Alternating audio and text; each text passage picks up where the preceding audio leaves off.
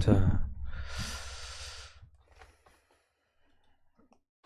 이 소비 부양 정책의 부작용이 글로벌 부동산 버블이거든요. 여기에는 공신력 있는 지수가 있어요. UBS 버블 지수. 그걸 기반으로 전 세계 부동산 버블을 알아볼 건데, 사실 이 부동산 버블의 문제가 한국만의 문제가 아니라 글로벌 전체가 다 공통된 문제입니다. 이제 한국에 관련된 것도 제가 어느 정도 첨부를 할 거예요. 그럼 호경기에는 어느 정도 부동산 버블이 필수적이에요. 우리가 부동산이 아예 오르지 않길 바라는 건 아니잖아요. 어느 정도는 올라야 되는데 어느 정도 올라야 되느냐에 문제가 생기는 겁니다. 그러면 어느 정도까지 버블을 허용해야 될까? 이거에 대해서는 기본적인 재무 비율이 있어요. 사람들의 중위소득 대비 일정 부분의 범주가 있습니다. 그리고 중위소득은 기업의 수익으로 인해서 결정이 되는 거죠. 결국에는 부가가치가 있어야 됩니다. 가처분 소득이 늘어나야 되니까. 임금 대비 부동산 성장으로 항상 고려가 되어야 됩니다. 부동산 버블은. 그래서 확장적 재정 정책과 양적 완화의 저금리는 필연적인 부동산 버블을 부르는데 거기서 무조건 가처분 소득이 증가하지 않으면은 부동산 버블은 재앙이 되는 겁니다. 그리고 저는 이게 우리나라의 갑자기 이상현상급의 저출산이 증가한 원인이라고 생각을 합니다. 원래 출산율이 주는 건 있잖아요. GDP가 먼저 꺾여요. 꺾이고 난 다음에 부동산 버블이 생기면은 거기서 소비 부양 정책을 한다고 부동산 버블이 생기면 저출산이 더 저출산으로 내려갑니다. 그리고 그 저출산으로 인해서 잠재 성장률이 줄어듭니다. 그 외에 그 포지티브 규제라든지 이런 것들이 다시 또 악순환으로 흘러가게 되는 거죠. 밀턴 프리드먼 같은 경우는 아예 극단적이에요. 계속 주택을 공급해서 부동산 가격을 그냥 일정하게 유지를 시키려고 했습니다. 올리지 마라. 대신 주택 건설 수요에 한계는 생기겠죠. 그리고 캘리포니아를 이제 사실은 깐 건데, 캘리포니아가 환경보유 신입 등등등 진보 그룹이 그때도 히피 시기에도 민주당 지지였거든요. 그래서 규제가 많습니다. 부동산 수요가 높을 경우 부동산 가격이 올라간다고 비판했는데, 사실 부촌이 이렇게 만들어지는 거예요. 애초에 공급을 줄여가지고 우리가 흔히 보는 닭장 아파트나 이런 것들이 많이 공급을 하면 공급을 할수록 대신에 부촌화가 되는 게 아니라 그냥 그 전체적으로 부동산 가격이 상승하지 않는 그런 상태가 되는 겁니다. 이 이론은 포스트 케인즈주의자들도 뻔히 알죠. 알고 그래서 이걸 요구하는 겁니다. 만성적 유효 수요를 발생시켜 부동산이 먼저 오르거나 아니면 부동산이 먼저 올라 주택 건설 인프라 붐이 일어나서 유효 수요가 발생하듯 이들은 버블을 좋아합니다. 보통 어떤 방식으로 하냐면 캘리포니아 기준점으로 하면은 여기는 이제 건설에 대한 규제가 되게 많고 주택을 공급하는 데는 공급하는 거에 대해서 한정되어 있습니다. 그러면은 여기에 대해서 부동산 가격이 기본적으로 어느 정도 만성적인 유효 수요를 갖게 돼요. 그게 이제 구글이나 이런 데서 그 근처에 살게 되는 그 캠핑카에서 먹고 자는 그런 모습들인 겁니다.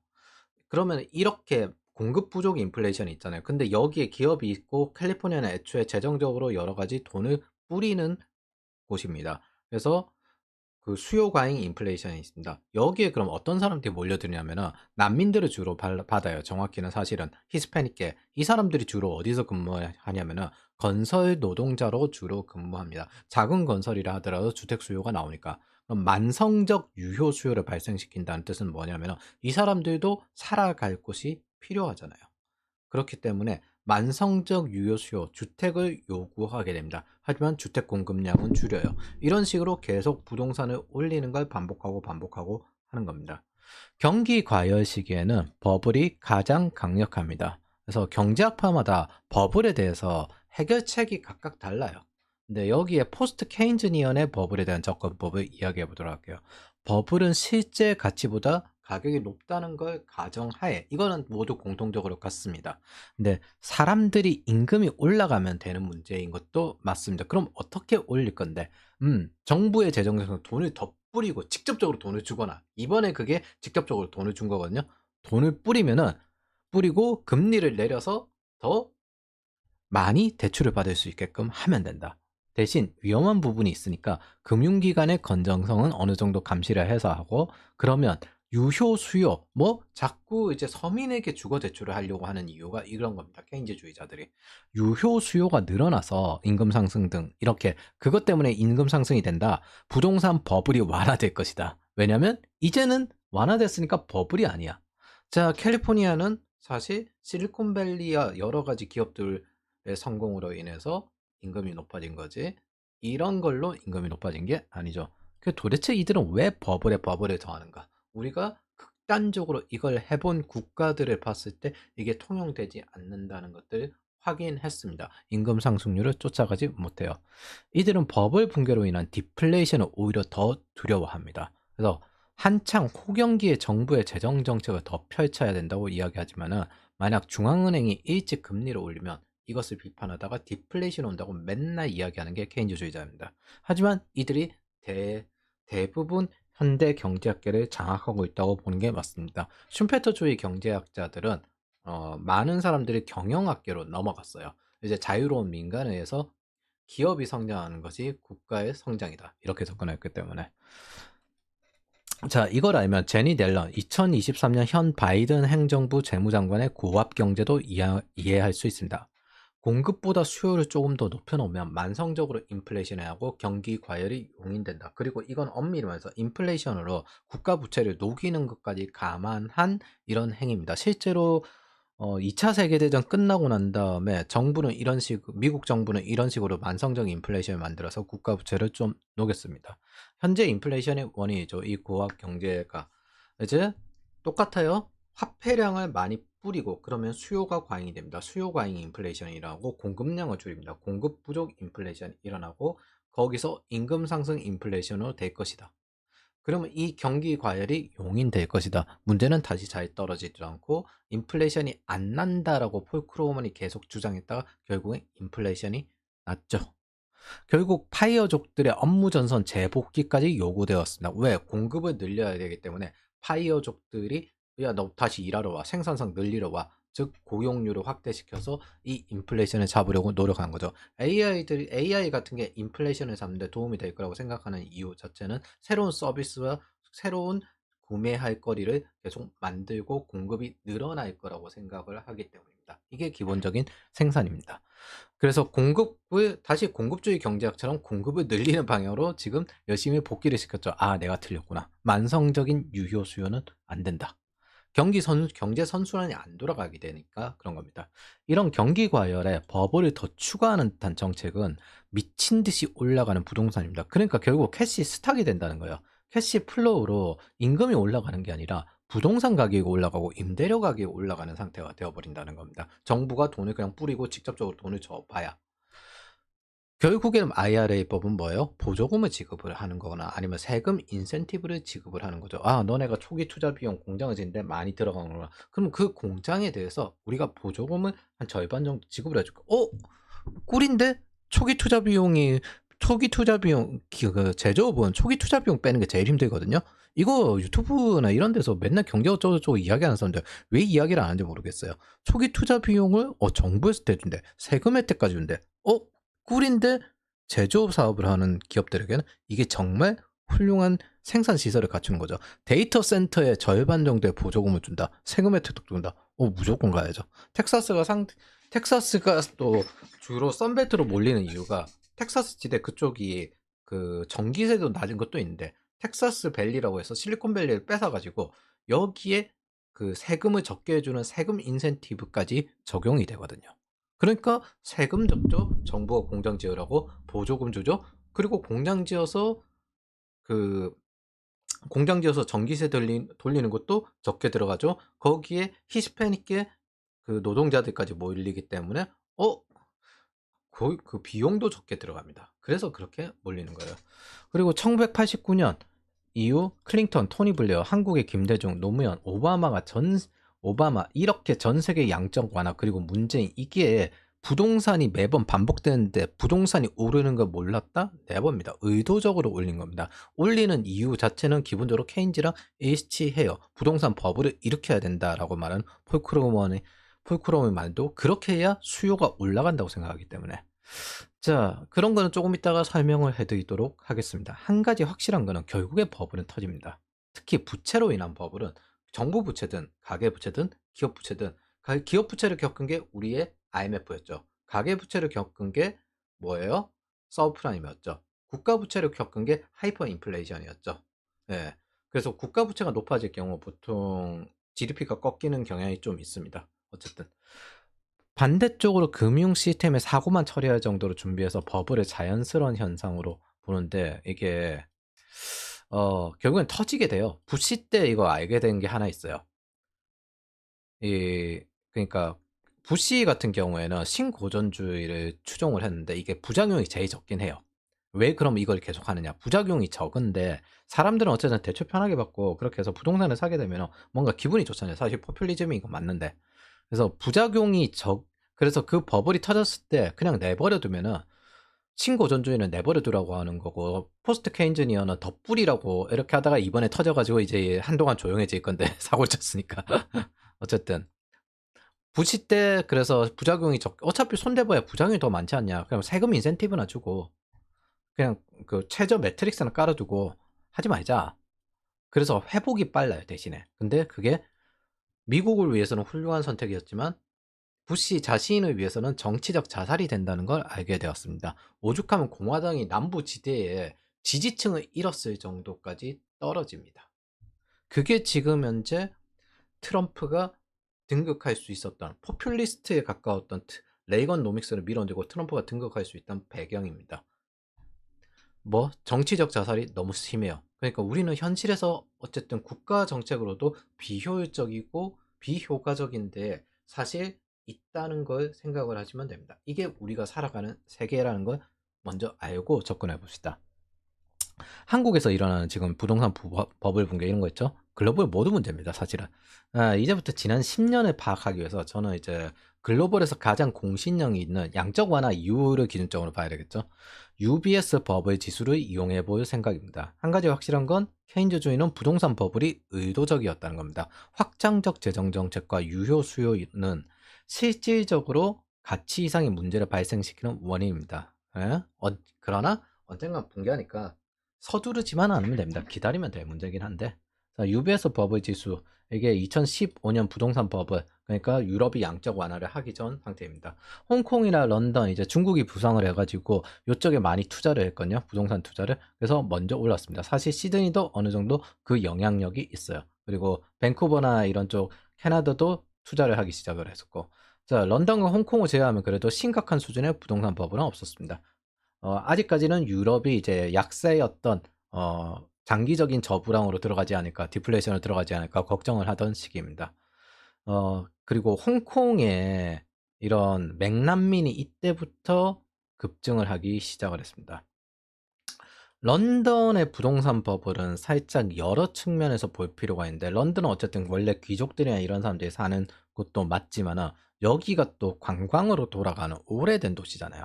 그러니까 도시를 완전히 신흥으로 바꾸기에는 좀 힘든 도시긴 해요. 이런 관광 도시들이 기본적으로 어느 정도 버블이 있습니다. 그걸 신규 건물로 미관을 해쳐버리면 어떻게 됩니까? 문제가 생겨요. 그 관광을 못하기 때문에. 어쨌든 이 홍콩 문제가 거의 이때도 급증을 했었습니다. 그래서 중국이 홍콩을 먹고 난 다음에 영국계들은 영국 중국이 홍콩을 먹고 난 다음에 홍콩은 그때부터 재앙이 시작됐고 홍콩 사람들은 계속 차별을 받고 그렇게 고통을 받고 있습니다. 그런데 부모 세대들이 그냥 저항을 안 한 그 대가도 있긴 있죠. 2017년 세계 각국의 부동산 버블이 급증합니다. 뭐 양적 완화가 끝나고 난 다음이죠. 영국이 브렉시트라고 양적 완화를 시작하고 난 다음이죠. 영국이 브렉시트라고 트럼프가 당선되던 해입니다. 자, 이렇게 보시면 뭐 빨간 게 좀 늘어났는데 이때부터 토론토가 뜹니다. 이 토론토 같은 경우에 좀 다양한 문제가 있어요. 그리고 스웨덴의 스톡홀름도 뜨고 이때 독일도 이제 본격적으로 버블이 시작이 됩니다. 어, 캐나다 토론토는 좀 다양한 문제가 있는데 제가 이걸 보고 서울의 부동산은 안 떨어지겠구나 그 생각을 했습니다. 여기는 서울이랑 굉장히 비슷해요. 2017년 미칠 듯한 부동산의 상승을 했습니다. 좋은 경제 상황이 있고요. 첫 번째, 저금리, 부족한 부동산 공급. 좋은 경제 상황이란 건 여기가 실리콘밸리 멀티예요. IT 기업들이 저기 있고 토론토에 가장 유명한 AI 교수님이 계십니다. 저기 AI 되게 스타트업이 많거든요. 뭐 제프리 힌튼이라는 교수님이 계십니다. 그래서 좋은 일자리가 많아요. 그래서 좋은 경제 상황, 저금리, 부족한 부동산 공급, 거기에다가 외국인 중국계 부동산 투자자도 늘어남에 따라서 부동산이 급증합니다. 우리나라 아파트에 속하는 토론토 콘도의 37% 소유자가 거주하지 않고 투자로 갑니다. 즉 투자 자산을 보는 거예요. 거기에다가 기업은 늘어나서 많은 사람들이 밀집되고 베이비 부머 세대는 노령화돼서 이제 생각보다 오래 사는 거예요. 주택을 팔지 않습니다. 그래서 뭐예요?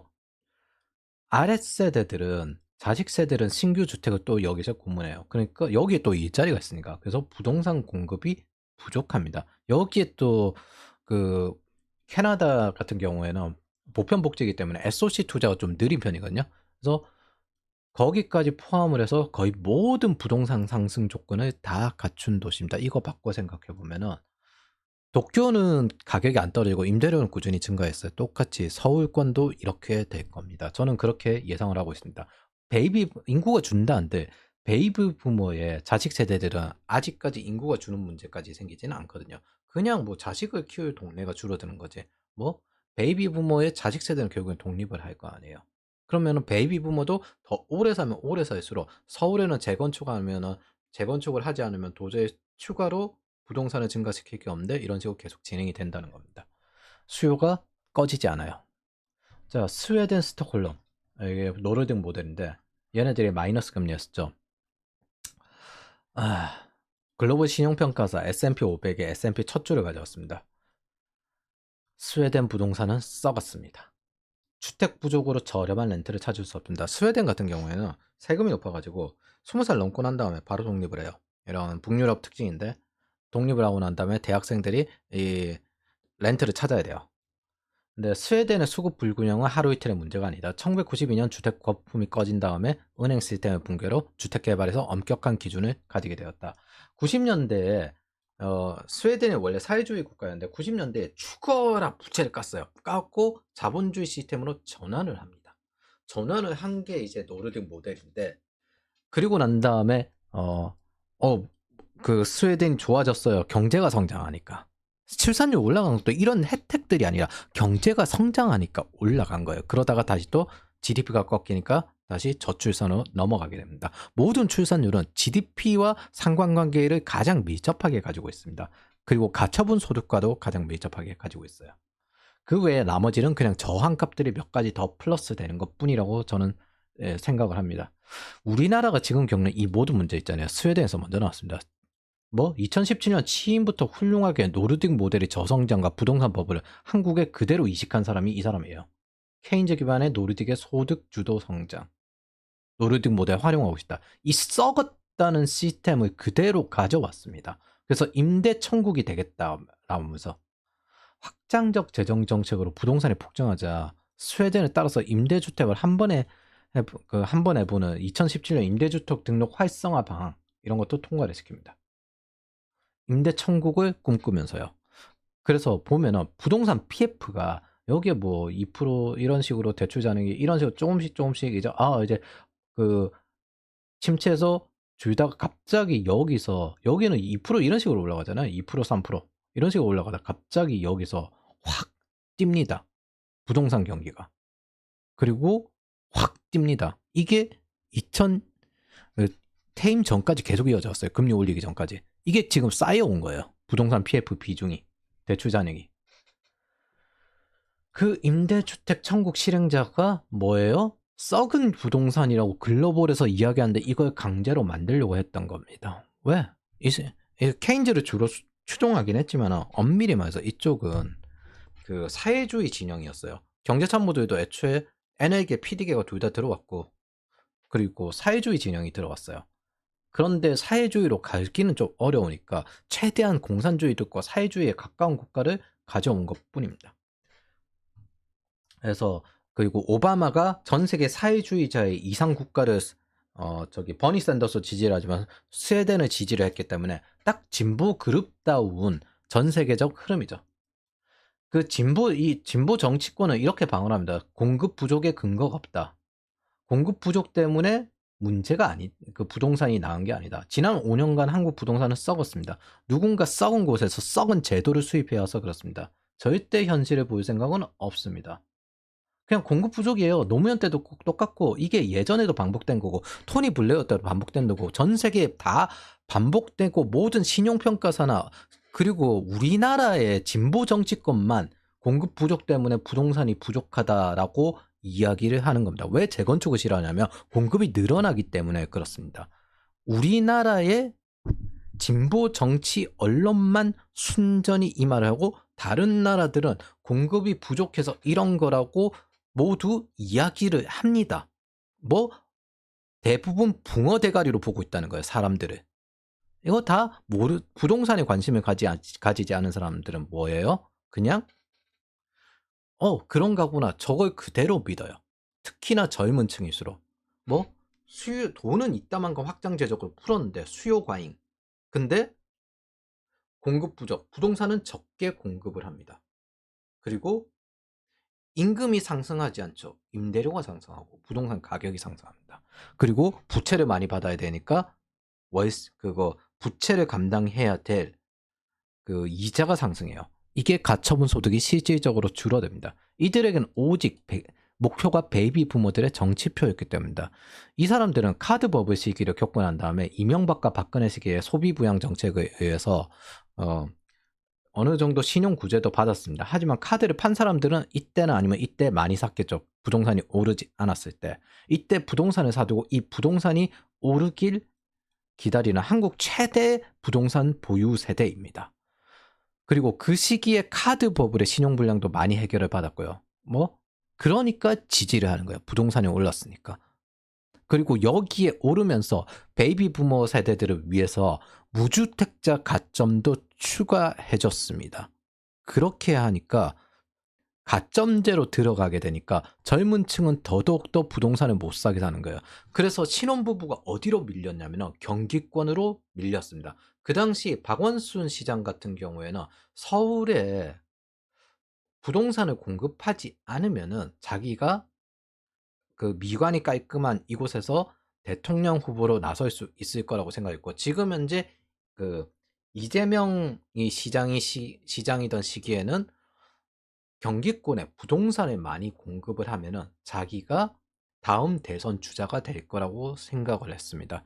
그게 서울의 부동산 가격이 너무 올라서 전부 다 30대들 결혼할 때는 경기권으로 다 밀려갔죠. 그러다가 지금 어느 수준까지 왔어요?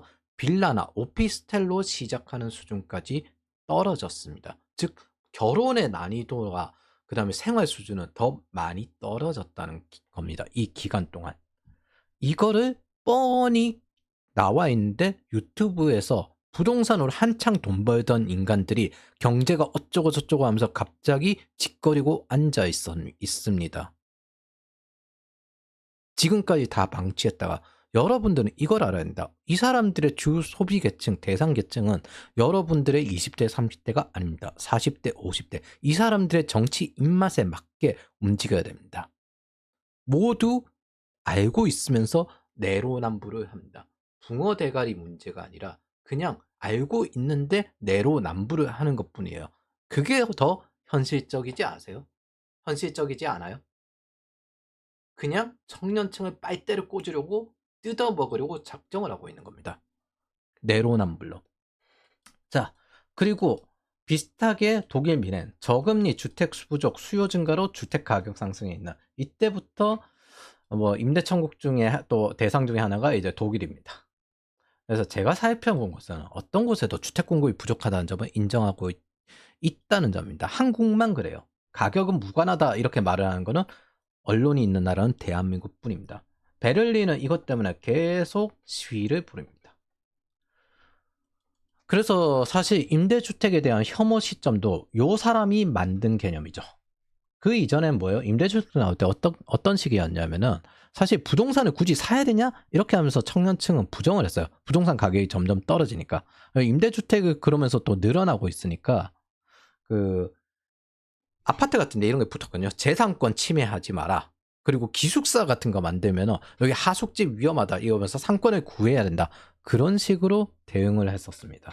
한국은 부동산에 대해서 뭐 예를 들어 특수학교 이런 게 나오면은 그 혐오 시설이라고 어마어마하게 반발하는 그런 곳입니다. 뭐 자본주의 국가가 아니에요, 여기. 왜 돈을 주고 산 것에 대해서 학교를 짓는 것에 대해서도 굉장히 철저하게 반대하는 그냥 떼법의 국가입니다. 사실은 원래부터. 자,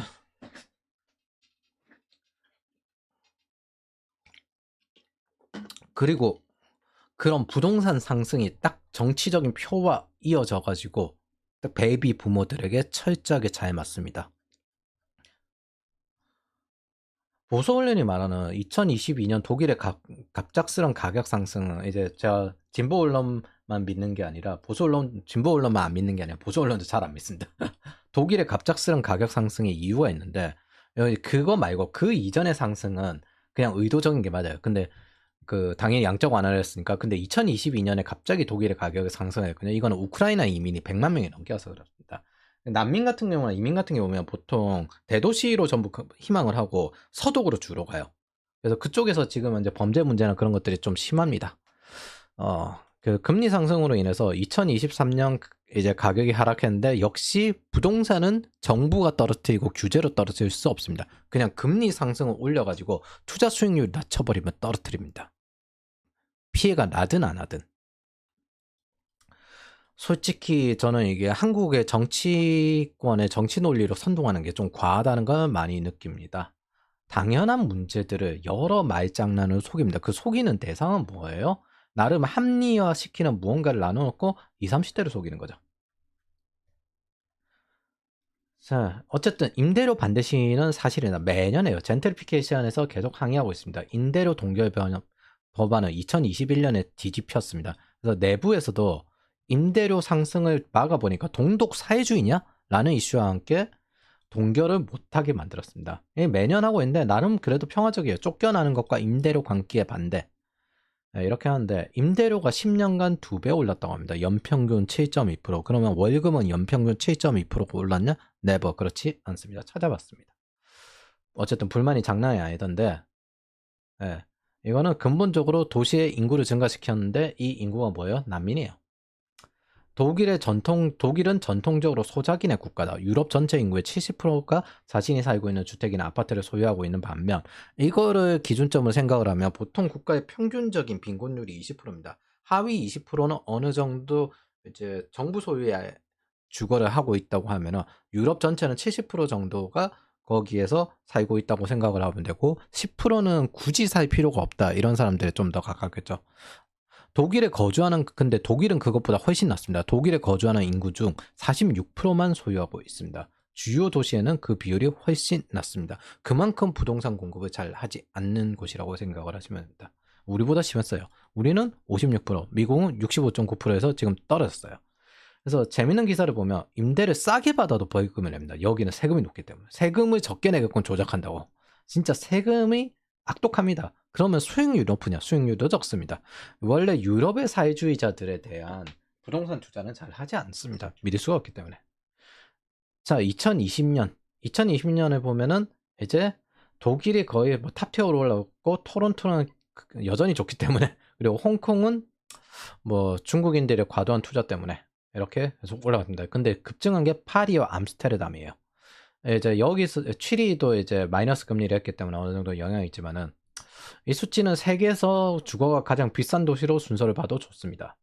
스톡홀름의 부동산은 내려갔으나 독일은 더욱 과잉되었습니다. 토론토도 마찬가지고 달라진 점은 암스테르담과 파리의 부동산이 버블 리스크 단계에 들어갔는데 파리 부동산 상승은 좀 유명한 유럽의 사회주의 나라기도 한데 여기는 말 그대로 관광을 위해서 정부 소유 아파트가 좀 커요. 그래서 사회주의자 도시들은 사실 비슷하게 이 문제를 겪고 있습니다. 사실 이런 것들을 하는 이유도 사회주의자들이 이런 것들을 하는 이유는 쿠바 영화 중에 그런 게 있어요. 집을 이사를 하는데 어떻게든 협상을 하고 하는데 그 공동체라고 해서 지역사회에서 옮기지 않길 바라는 거예요. 이 지역사회에서 이동을 하지 마. 이사 가지 마. 뭐 일하려고 상경하지 마. 이런 걸 바랍니다. 그래서 이동을 최대한 힘들게 하는 용도도 있고 뭐 여러 가지 부동산 가격이 오르면 소비를 더 많이 하는 것도 있습니다. 그 부동산 가격이 오르면 좋아하는 게 중산층들이니까. 자, 어쨌든 그래서 어쨌든 파리를 다시 보면 나름 그래도 부동산 버블리스크에서도 나름 괜찮다고 생각해요. 내국인 중심 대출이에요. 초저금리 1% 미만 금리. 어떤 경우에 0%값도 마찬가지고 뭐 이게 구매 비용 포함이고 최대 110% 레버리지를 사용 가능합니다. 외국인이 보다 이자율이 높지만은 저는 이렇게 돼야 된다고 생각을 합니다. 독일과 동일하게 임대 이익률이 낮습니다. 그리고 재산세까지 높아요. 거래세도 높고. 인구가 줄어들고 있는 곳입니다. 이게 독일과 가장 큰 차이예요. 여기는 인구가 줄어들고 있어요. 그러니까 인구가 줄어들어도 부동산은 당연히 버블이 날 수가 있다는 겁니다. 안 떨어질 가능성이 높아요. 부동산 투자까지 막은 상태예요. 에어비앤비까지 막았어요. 그래서 대중은 이것이 부동산 가격을 높인다고 생각을 했기 때문에 이것까지 막은 겁니다. 자본이득세가 높습니다. 그 후에 세금이 지독하게 높아요. 사회주택이 많아요. 정부와 매입해서. 우리나라로 치면 행복주택인 거죠. 9% 정도를 파리, 그 임대에 대해서 이제 9% 정도를 파리시가 소유하고 있다고 합니다. 사회주의자들의 관광도시죠. 이게 나름 전통적이고 대신 오래된 건물을 지키는 목적이 있어요. 파리는 관광도시잖아요, 원래부터. 그래서 그거 옛날 건물을 보러 오는 건데 거기에 빽빽하게 밀집을 시키면 안 되잖아요. 그리고 파리는 굳이 파리 말고도 다른 곳에 살 곳은 많은데 대신에 이제 그런 것들도 따로 있는 그 연구나 이런 것들 R&D가 파리에 밀집되어 있는 것도 있습니다. 고부가가치 그 수입 같은 거죠. 어쨌든 독일과 달리 프랑스는 인구도 줄면서 부동산 가격이 올랐습니다. 도시 인구가 줄면서. 외부 투자로 가격이 오른 게 아니라 정부의 매입과 주택 스톡을 줄이면서 가격을 올리고 있어요. 예, 아이러니하죠.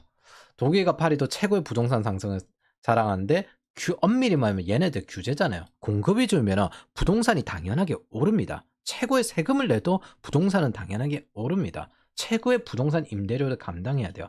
부동산 투자가 많든 적든 사회주의자들의 도시, 케인즈 도시들은 재정정책은 비유동 자산을 당연하게 올립니다. 물론 이제 그 주식 가격도 올리지만은 뭐 이 나라들은 주식보다는 부동산이 더 많이 올랐습니다. 높은 임대료로 보상이 되는 거죠. 대신에 부동산 소유주들에게는. 뭐 그래서 파리 지역 GDP는 프랑스의 30.7%를 자랑하고 R&D의 40.2%를 차지합니다. 즉 통화량을 절제 없이 돈을 푼다는 거는 여러분들이 알아야 되는 건 첫 번째는 내가 고부가가치 사업에 들어가야 된다는 거. 그래서 신규 산업으로 계속 넘어가야 돼요. 그리고 이 지역을 최우선을 시키는다는 것과 같습니다. 정확히는 파리 지역 주택 소유자들에게 돈을 푸는 것과 같죠. 그리고 이건 정부 돈을 뿌리는 형태고 프랑스 정부는 이 기회에 러시아 부호들이 소유한 부동산을 자신의 것으로 전환할 생각을 하고 있습니다. 네덜란드 암스테르담 요게 이제 정확히 이야기하면은 브렉시트의 수혜자들이거든요. 2020 이건 다른 부동산 상승이랑 좀 달라요. 2020년을 이야기하고 있지만 2021년에 팬데믹까지 거친 암스테르담 부동산은 400년 중 최고 가격이 됩니다. 한 분기에 뭐 19%가 상승한 미친 가격 버블을 보여줘요. 근데 암스테르담은 제가 전에 한번 말을 했을 텐데 여기는 그냥 무늬만 노르딕이고 앵글로색슨이에요. 그 뭐 소득세 그거 세금 혜택 많이 주면 앵글로색슨이지. 일 열심히 하십시오. 이런 부동산 상승은 사회주의자들의 부동산 상승과 다릅니다. 저금리 문제도 있는데 근본적으로 원인은 브렉시트입니다. 거의 뭐 그냥 매일 기업이 여기로 넘어온다고 신규 기업이 생긴다고. 그럴 글로벌 기업들이 암스테르담과 아일랜드로 나뉘어졌거든요. 영국 엑소더스의 방향이 사업 유불리에 따라서 이렇게 나뉜 건데 투기꾼이 또 여러 부동산을 소유했고 외국인 부동산 소유도 급증합니다. 그러니까 이건 투기꾼은 따로 빼더라도 실수요자가 너무 많이 늘었다는 거죠. 신규 기업이 매일 몰리니까. 그래서 노동자 부족이 시작됩니다. 그럼 왜 노동자 부족이냐? 이게 다시 실생활자로 부동산 가격이 상승하는데 버블이나 다시 기저율로 회복되기 힘든 버블은 아니에요. 이제 회복이 잘 될 버블일 거예요. 암스테르담은 부동산을 적극적으로 공급하고 있습니다. 근데 뭐 노동자 부족이라고 했잖아요. 뭐 부동산을 더 많이 공급하지 못하는 이유는 규제가 아니라 노동력 부족입니다. 그래서 공급이 부족해요. 그러니까 이걸 가지고 계속 고민을 하고 있어요. 어떻게 하면 이걸 부동산 가격 오르는 걸 좀 줄일 수 있을까? 대신 저소득 노동자, 부동산을 보유하지 않은 사람들이 밀려나기 때문에 그렇게 됩니다. 특히나 그러면 자국에 있던 거기 대학생들 이런 사람들이 좀 밀려나게 되잖아요. 대신에 그래서 무조건 외국인이 여기에 들어왔을 때 이렇게 할 테니까 대신에 무조건 자국민을 고용을 해라. 뭐 싱가포르처럼 이렇게 해야 되겠죠. 이 점은 그래서 네덜란드 정부가 적극적으로 고민하고 있습니다. 유럽의 경우 ECB 금리의 영향을 받기 때문에 통화 정책으로 부동산을 잡아야 된다. 결국은 다 알고 있어요. 금리를 올리면 부동산 가격이 떨어진다. 정부의 규제나 공급으로 어떻게 해봐야 안 오르는 것까지나 어떻게 할 수 있겠지만 규제를 들어가면 오히려 부동산이 어떻다? 더 올라간다. 희소해지니까. 자, 7위. 가장 최고의 부동산 법을 유지인데 여기 주택 소유율이 가장 낮은 도시예요. 진짜 임대천국입니다. 스위스. 선진국이 대체로 낮다고 해도 스위스는 이질적으로 부동산 수요가 낮습니다. 보통 최대치를 70% 정도 보시면 될 거예요. 국가들마다 20% 정도가 빈곤층이기 때문에 거기는 정부 소유 임대주택에서 산다고 치고 이 스위스에서 가장 고수익자들이 모여있는 고급자들이 7위입니다. 월스트리트에서 110시간 일하면은 이제 한 몇 년 일했으면 이제 여기 살아남았으면은 돈을 좀 벌었을 거잖아요. 아, 내가 좀 이제 살아남았다. 그러면 이제 은퇴하고 이제 좀 사람답게 살아봐야 되겠다. 그럼 나이도 들었고 어디로 가지? 노르웨이랑 칠리랑 어느 쪽이 좋지? 아, 노르웨이가 더 낫네. 보통 이런 식으로 고릅니다. 네. 이게 그 부자들의 도시 특징이에요. 외국인 투자를 이런 식으로 활성화시키는 거예요. 그래서 세상에서 가장 삶의 질이 높으며 동시에 물가가 가장 비싼 도시이기도 합니다. 스위스 자체가 유럽에서 치안 좋기로 유명해요. 그래서 그런 부자들은 치안이 좋은 동네를 바랄 거잖아요. 그래서 그 치안이 불안해지면은 그 지역을 버리고 도망치는 지금 캘리포니아를 보시면 알 겁니다. 최고급 주택들이 모인 곳이 이곳입니다. 그래서 1인당 GDP도 굉장히 높아요. 2022년, 2023년 이제 금리가 올라오면서 부동산이 버블이 붕괴됐죠. 정리하자면 결국에는 부동산을 붕괴시키는 건 금리 꼭금 언젠가 온다. 버블 붕괴가 온다. 두 번째, 그렇다는데 정부의 여러 가지 공급을 가지고 부동산 가격이 오르는 속도를 막을 수 있다. 그러나 규제를 여러 가지 한다고 해서 부동산 가격이 오르는 걸 막을 수는 없었다. 그리고 부동산 공급은 단순히 정부의 의지가 없는 부분도 있지만 노동력이 부족해서 공급하지 못할 수도 있고 여러 기업 수요가 늘어나서 공급을 못할 수도 있다. 즉 수요가 아닌가 공급 부족과 거기에 대한 밸런스로 인해서 임대료 가격 상승과 이런 것들이 결정이 된다는 겁니다. 어쨌든 부동산이 오르게 되면 결국에는 부동산을 소유하지 않은 그 임대로 들어가 있는 사람들이 더 많은 대출을 받아야 되고 그리고 더 많은 임대료를 내야 되고 가처분 소득이 줄어들고 그런 만큼 돈을 못 모으니까 결혼하기 더 어려워지고 그런 식으로 반복이 됩니다.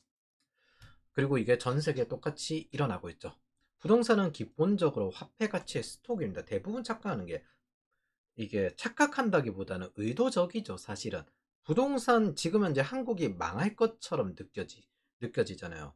근데 한국의 반도체 수출이 점점 증가하면서 3분기째 좋아지고 있거든요. 지금 현재 보너스를 지금 못 받은 건 작년이고 미국이 어느 정도 살려줘가지고 그 3분기째 수출이 반도체 수출이 늘어나고 AI 붐 때문에 좋아지고 있는데 마치 망할 것처럼 느낍니다. 왜 그래요? 부동산이 폭락하니까 마치 망할 것처럼 느껴요. 근데 부동산은 캐시 스탁이거든요. 그래서 GDP 안 들어갑니다. 맨날 어쩌고 저쩌고 뭐 어디 투자를 했니 그렇기 때문에 이제 우리나라 경제가 망하니 어쩌고 저쩌고 저출산이 경제가 망하니 하는데 왜 GDP는 안 봅니까 그러면? 그러면서 캐시 스탁을 가지고 왜 경제를 판단을 합니까? 그러니까 내로남불이라고요. 이걸 경제 이야기하는 사람들이 모를 리가 없어요. 그냥 목적이 하나입니다. 대중야합성으로 선동해가지고 의도를 가지고 있어요. 이슈를 띄우기 위해서. 그리고 그 모든 의도들은 실질적으로 30대, 20대, 그리고 10대까지 빨대를 꽂으려고 목적을 가지고 있을 겁니다. 자산은 결국 돈의 양과 자산의 양으로 결정이 되는 거고 화폐가 풀린 만큼 부동산 숫자가 많으냐 적으냐로 결정이 됩니다. 유럽 같은 경우는 원래 토지 부족이고 그래서 우리도 서울권에도 한계가 있잖아요. 그래서 그거를 좀 분산을 시키기 위해서 여기만 오르면 안 되니까 분산을 시키기 위해서 계속 철도를 까는 거예요. 깔아가지고 지하철을 깔아가지고 여기 외부 쪽으로 출퇴근 왔다 갔다 하기 쉽도록 대부분 젊은 층이 요구하는 거는 직주 근접이니까. 어떻게든 저기 직장인 근처로 가야 되니까. 그걸 요구하는 겁니다.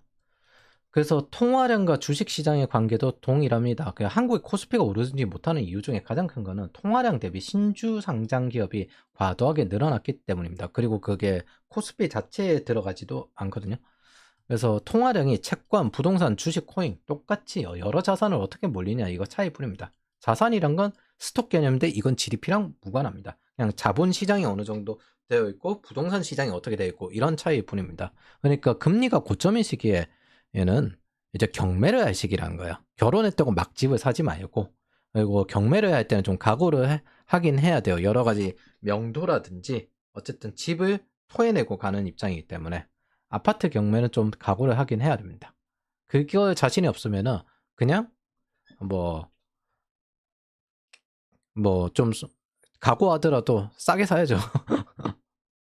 자, 그리고 지금 현재 상태 도쿄 외국인 투자가 활성화되어 있고 그런 말이 있는데 돈 있으면 한국이 제일 살기 좋다. 헛소리입니다. 아시아 부자들은 돈 있으면 여기로 갑니다. 도쿄로 가요. 도쿄로. 네. 유럽 부자들은 돈 있으면 취리나 아니면 그거 노르웨이로 가지만은 아시아 부자는 돈 있으면 도쿄로 갑니다. 네. 그래서 중국 부자들이 마윈도 여기에 직거래 했잖아요. 지금 대만도 이쪽으로 많이 가고, 네, 도쿄로 갑니다. 높은 금리 상승으로 대부분 부동산 버블은 내려왔습니다. 도쿄는 오히려 지금 금리가 상승하고 있어요. 지금 이제 부동산이 상승하고 있어요. 금리가 아니라 대만의 TSMC와 협업하고 있기 때문에. 그래서 이제 스타트업까지 키워서 반도체 자체 수요를 만들려고 하는 거예요. 얘네들은 기본적으로 그 자기네들 내수가 큽니다. 그리고 내수 비중이 상당히 커요. 여기 안에서 반도체를 쓸 수 있는 반도체로도 꽤나 내수가 필요해집니다. 그런 식으로 접근을 하려고 하고 있습니다. 일본은 여기에 지금 보조금을 지급하고 반도체 한 축이 되길 바라고 있죠. 뭐 수출을 하든 안 하든 그건 둘째치고, 그리고 7위는 지금도 붕괴하지 않았습니다. 깨달아야 할 거는 두 곳이 오버밸류가 아니라 페어밸류가 된 곳이 생겼다는 겁니다. 어디가? 미국. 자, 그러면은 이 기간 동안 미국인 샌프란시스코와 뉴욕은 결국 버블리스크에 도달한 적도 없어요. 근데 세계에서 돈 제일 많이 버는 도시나 지역이었잖아요. 싱가포르도 버블리스크에 도달하지 않았습니다. 그래서 일단 싱가포르를 먼저 짚고 갈게요. 싱가포르의 경우에 좀 따로 생각해야 될 필요가 있습니다. 여기는 토지 공개념이 있어요. 그리고 싱가포르는 영주권을 확보한 외국인이 중국 애들이 부동산을 하도 사니까 부동산 구매 시 5% 인지세만 지불하면 되는데 얘네들이 세금은 좀 많이 봐주는 편이잖아요. 야, 두 번째부터 인지세가 25%, 35% 인상됩니다. 외국인 부동산 취득세 최대 2배로 인상시켰어요. 우리나라 지금 그 문재인 정권 동안 이제 중국인들이 부동산 많이 샀잖아요. 이거 제재해야 돼요. 외국인이 부동산을 막 사는 거에 대해서 미국에서 부동산 법인 만들어가지고 투자할 때도 너는 그럼 이걸 법인을 만들어서 투자를 했을 때 고용에 대한 혜택이 있는가? 네가 어떤 사람을 고용을 해? 그래서 일자리가 나와? 이거에 대한 조건이 엄격하거든요. 이런 것처럼 해야 됩니다. 근데 막 받아들이면 안 돼요. 저는 싱가포르이 굉장히 긍정적인 혜택을 했다고 생각합니다. 실거주 말고는 투자용으로 사지 말라는 거예요. 2개, 3개. 네.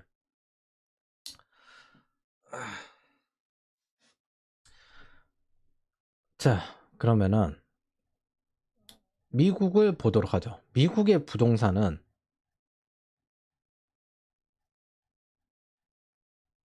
2015년 보스턴, 뉴욕, 버블리스크하고 거리가 멉니다. LA야 워낙 이제 그 공급이 부족한 캘리포니아 부촌이니까.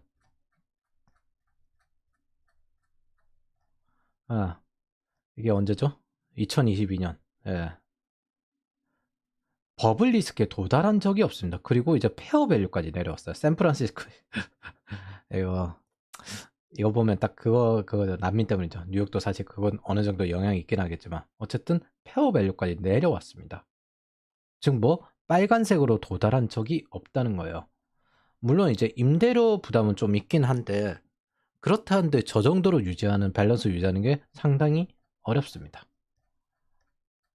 자, 거기에 대해서 이제 설명을 할 건데, 미국은 왜 심각한 버블 리스크가 나지 않았을까? 이게 주식시장 성장률과 관련되어 있다고 생각합니다. 미국이 지금 부동산 버블에 대한 태도는 두 가지입니다. 젊은 층이 부동산을 사기에 하다. 이게 평등이다. 기회의 평등. 밀레니얼 세대가 베이비 부모 세대보다 숫자가 더 많아요. 미국은. 거기에다가 각국에서 또 와서 애를 낳잖아요. 그래서 더 많아요. 부동산 소유주에게 마음에 들지 않겠지만 이게 기회의 평등이다. 그리고 상당수 가계대출이 초절이 FRB입니다. 뭐 서브프라임을 한번 겪어보고 난 다음에 고정금리를 많이 늘렸어요. 그래서 떨어지든 올라가든 무관합니다. 양적 완화에 유일하게 효과가 난 국가에 심지어. 엄밀히 말해서 다른 국가들의 양적 완화는 미국 수출을 위한 상대적 화폐 절하에 가깝죠. 그래서 호경기에 급증하는 주택시장은 구매자 입장에서 여전히 비싸다고 생각할 수는 있는데 적정 주택 가격 상승은 필요합니다. 그러면 이게 임금 대비 얼마나 성장했냐 요걸 제대로 파악을 하면 돼요. 팬데믹 자금 이후 팬데믹은 이제 특수사례니까 요건 배제하도록 하겠습니다.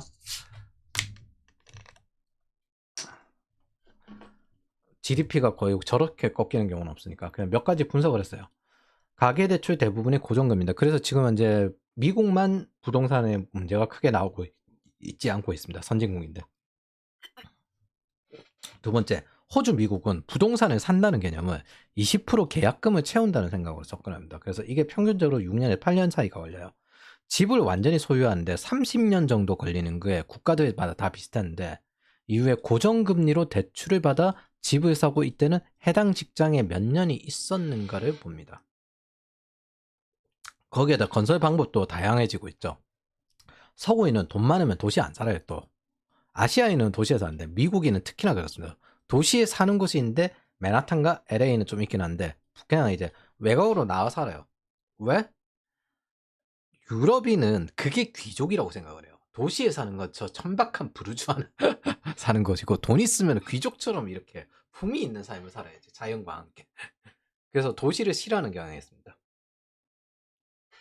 다섯 번째, 대부분의 국가들은 너무 오랫동안 저금리부터 세금 인센티브, 정부 보조금에 이르기까지 수요 측면의 부양책이 새로운 부양책을 집행을 했는데 문제는 이게 공급을 창출하지 못했어요.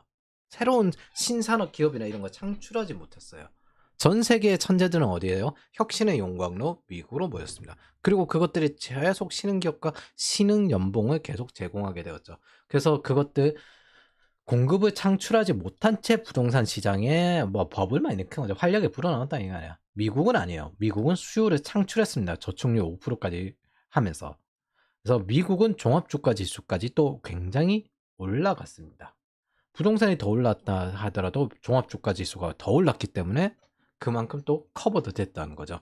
그래서 아마존 편지 같은 게 이런 게 있어요. 10대 때 자식에게 그 아마존 주식을 사줬는데 그걸 장기 보유해서 얘가 이제 결혼할 때쯤 되니까 집을 사는데 보태 쓸 수 있게 되었다. 이런 게 꽤나 편지가 많아요.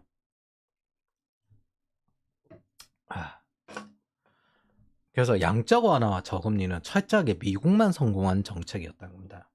소비가 활성화되었고 신규 기업이 많이 탄생했고 주가 상승으로 노후 자금도 더 안정화되었습니다. 원래 안정이었는데. 그래서 부동산 가격이 올랐으나 주식은 그보다 더 올랐어요. 투자 자금의 분산이 일어났죠. 자, 이게 보면은 빈곤율이거든요. 포버티 라이트. 그래서 여기서 1980년대 이제 스태그플레이션 지나고 줄었는데 65세 이상의 빈곤율은 더 줄었죠. 그리고 서브프라임 때 살짝 올라갔다가 이제 지금 이제 팬데믹 때 살짝 증가한 건 있지만 전체적으로 줄었습니다. 그리고 18세에서 64세 그 이전 경제 활동 인구는 줄었습니다. 이게 서브프라임이었으니까 줄었습니다. 자, 여기 18세 이하 아동 빈곤율 줄었습니다. 마약 문제 나온 거 말고는 다 괜찮아요. 유토피아 없습니다, 여러분. 지금 사망이 맨날 총 어쩌고저쩌고 하는데 있잖아요. 사망이 펜타닐, 자살, 교통사고, 총입니다. 총보다 펜타닐 사고가 더 크다고요. 그 이전에 오피오이드였죠.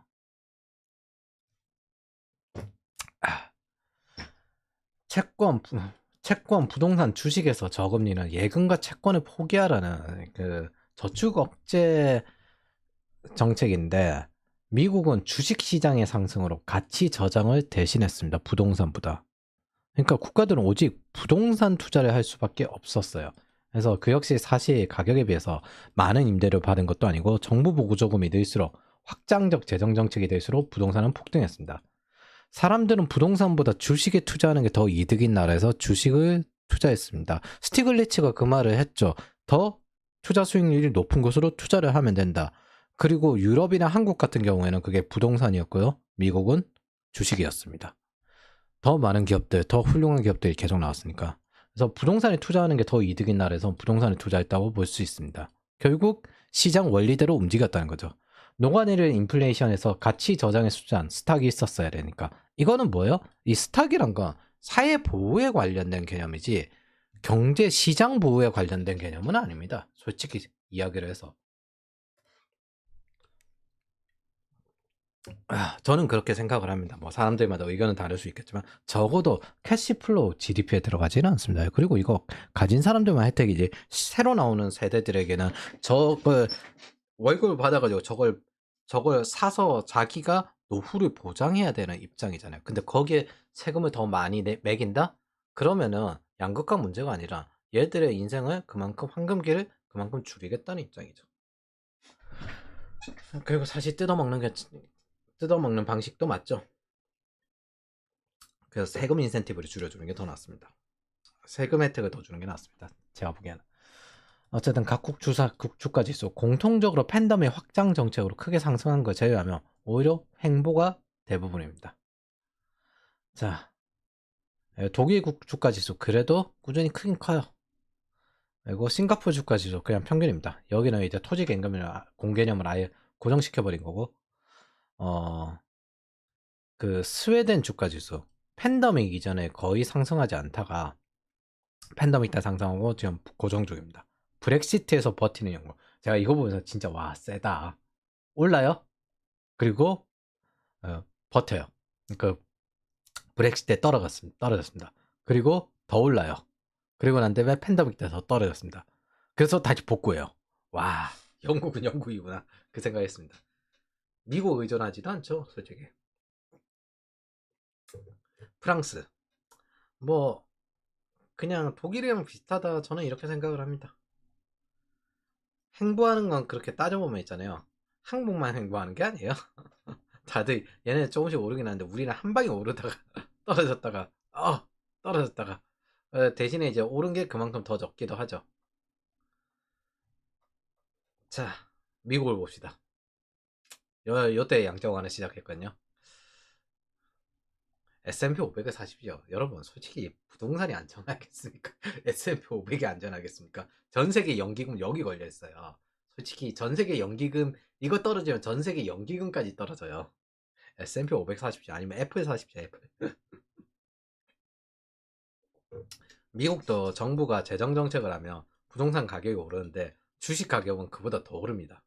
이게 금융자본주의의 위험이지. 캘리포니아 연기금은 변동성이 높은 기업에서부터 사모펀드까지 투자를 하는데 무시무시합니다. 근데 아마 미국 부동산은 세금을 뒤로 계속 연장하는 게 있을걸요? 그래서 저는 오히려 그것 때문에 부동산 상승이 또 좀 어느 정도 막혔다라고 생각을 합니다.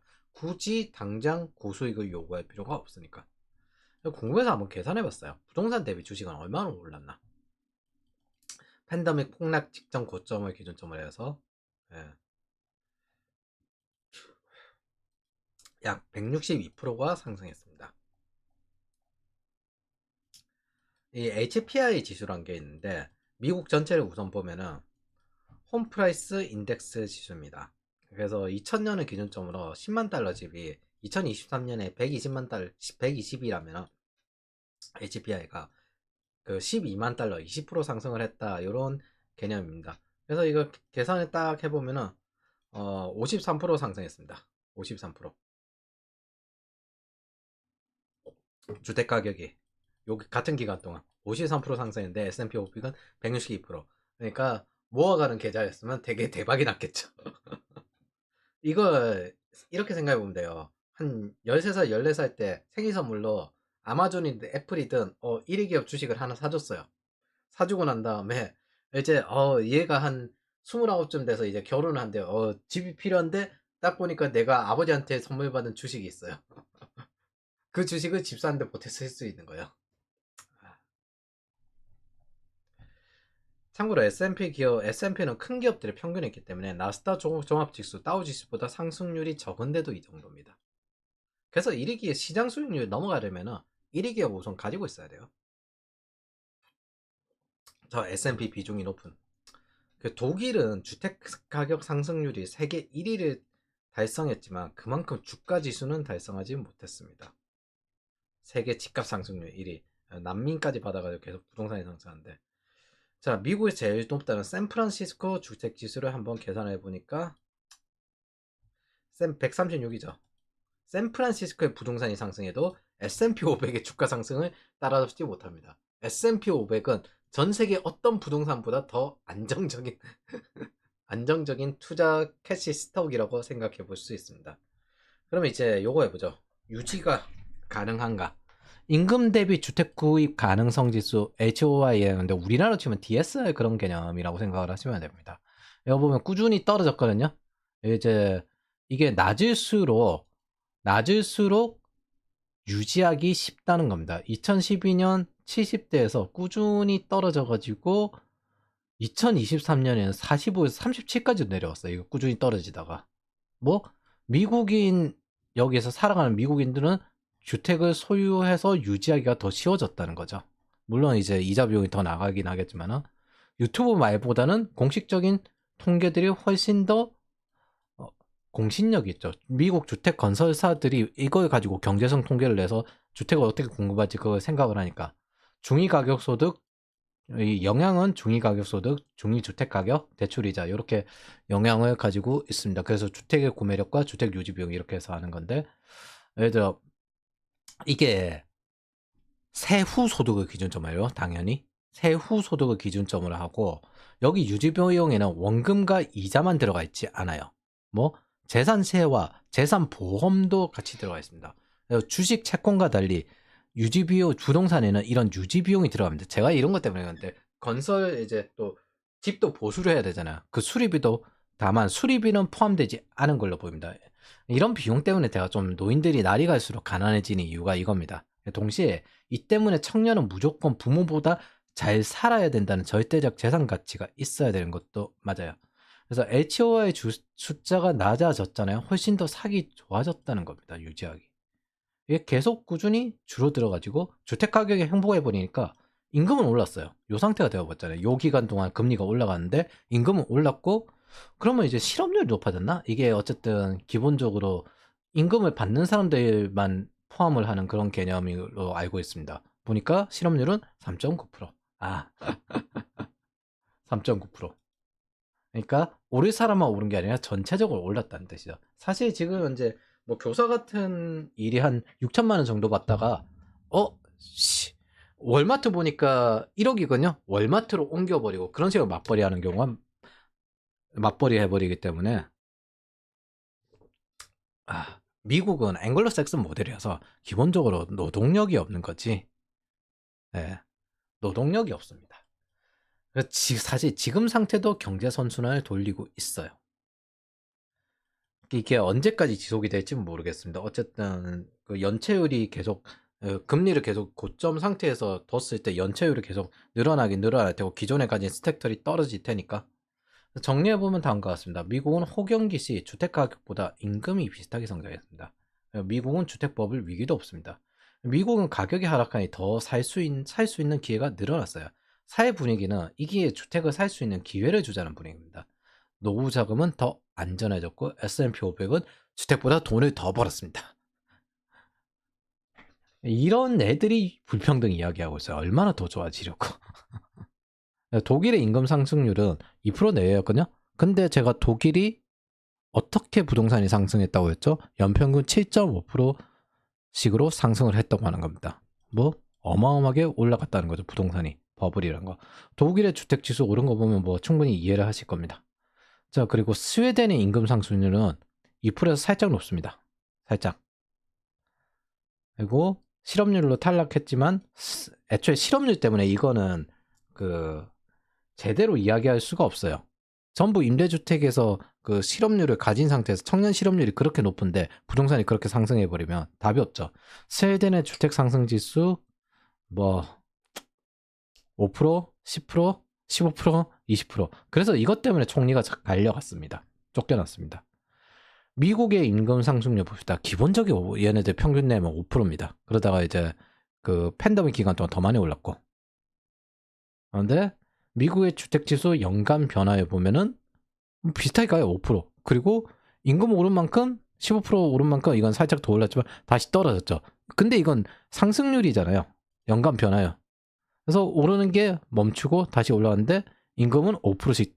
그래서 부동산보다 더 오르는 임금이 오르는 기간도 있습니다. 종합 결론. 양적 완화는 미국만 유일하게 효과를 봤어요. 싱가포르는 방어를 했고 부동산 문제는 글로벌 문제입니다. 대한민국의 부동산 PF 문제처럼 그 외 국가들도 건설업체들이 똑같이 재정적인 문제를 겪고 있더라고요. 자, 열심히 임대 천국이라고 하는 독일, 스웨덴은 이제 작살났고 독일. 독일 주택 건설업계 절반이 수요가 부족하다고 호소를 합니다. 네. 그래서 10% 이상의 재정 어려움을 호소를 하고 있어요. 뭐 건설업계가 이제 위태로운 거예요. 그리고 독일인이 가난해졌어요. 그래서 뭘 하냐? 태양광선처럼 똑같이 이런 부동산 프로젝트 취소 문제가 발생하고 위례 신도시나 이런 것도 지금 문제가 발생하고 있잖아요. 그래서 독일 연방정부가 빠르게 조치를 취하는데 얘네들 부채 못 쓸 것 같은데 이런 걸 통과시킵니다. 이 터보가 진짜 터보입니다. 독일을 위한 터보계 건설 프로젝트를 위해서 터보 속도를 찍겠다는 거죠. 이거 SOC죠. SOC죠, SOC. 정부가 나서서 SOC 하는 거예요. 부동산 공급시키려고. 대부분의 나라는 부동산 공급이 부족한 게 가격에 영향을 미친다고 인정하고 있다니까요. 한국만 이게 정치적 논란입니다. 대부분의 나라는 수요 부양 정책, 재정 확대 정책과 저금리가 부동산 가격의 상승을 부른다고 인정을 하고 있습니다. 한국만 그걸 인정하지 않고 있습니다. 어느 진보 언론들만. 선진국이 괜히 선진국이 아니라고 느꼈습니다. 근데 국민 전체를 속여먹으려고 난리도 아닌데 사실은 다 알죠. 40대 50대들.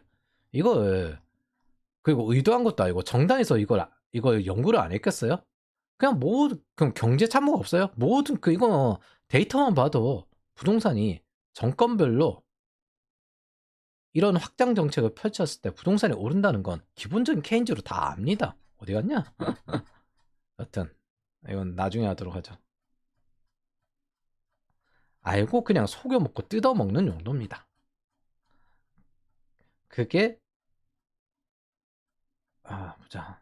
다시 내려가서 그래서 레딧에 이런 자료가 있길래 실제 공신력 있는 자료 따로 크로스 체크를 하는데 미국은 대신에 임대료 부담이 엄청 고생한다. 전 세계 제일. 그래서 우리나라 보면 녹색으로 됐죠.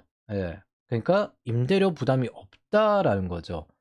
이거 진짜 정치적 편향 자료라고 생각을 합니다. 제가 그래서 한번 이거 찾아봤어요. 일단 OECD 기준점으로 찾아봤는데 여기 쪽이 상대적으로 높은데 이제 주택보조금 생각을 해도 얘네들이 너무 과도하게 높아요. 그게 어느 정도 수준이면 여기 밑에 어느 정도 수준이냐면 부채가 너무 많다고 스웨덴에서 은행에 폭탄 테러 벌렸던 그런 수준까지 왔었기 때문에 반대로 이제 한국이나 칠레, 콜롬비아, 뉴질랜드, 한국이나 미국의 데이터가 없어서 총소득을 기반으로 이게 세후 소득을 기반으로 했는데 총소득을 기반으로 했다고 합니다. 따라서 부담률이 적게 나타날 것인데 사실 미국 내에 데이터가 있잖아요. HOI. 예. 그거 보고 유지가 가능한가 그런 것들 봤었기 때문에 맞질 않는데 이런 글로벌 통계는 어느 정도 왜곡이 있을 수는 있는데 그러니까 생각보다 이거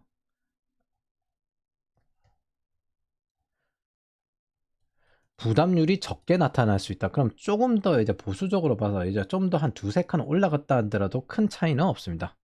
근데 솔직히 못 믿을 만한 거 있죠. 한국이 부담률이 제일 적다. 임대료 부담률이 제일 적다. 솔직히 이건 못 믿을 만하죠. 이런 글로벌 통계는 좀 믿기 힘들어요. 그냥 또 다른 자료 찾아봤는데, 예. 이거 대응 현황 이런 거 보면 다른 자료 찾아봤는데, 기본적으로 정부 의존사의 부동산 문제가 합쳐서 나오는 과도한 버블이 북유럽이 굉장히 심하다. 예. 그리고 저는 솔직히 이거는 솔직히 유럽 전체에서도 원래 자기네들이 문제라고 스스로 실토하고 있는 부분이기 때문에 북유럽은 어느 정도 믿을 수는 있어도 한국이 최하의 임대 문제다? 이거는 아마 그렇게 볼 수 있을 것 같아요. 그거 임대 사는 게 순전히 20대, 10대들만 있진 않잖아요. 그건 세대를 따로 봐야 되잖아요.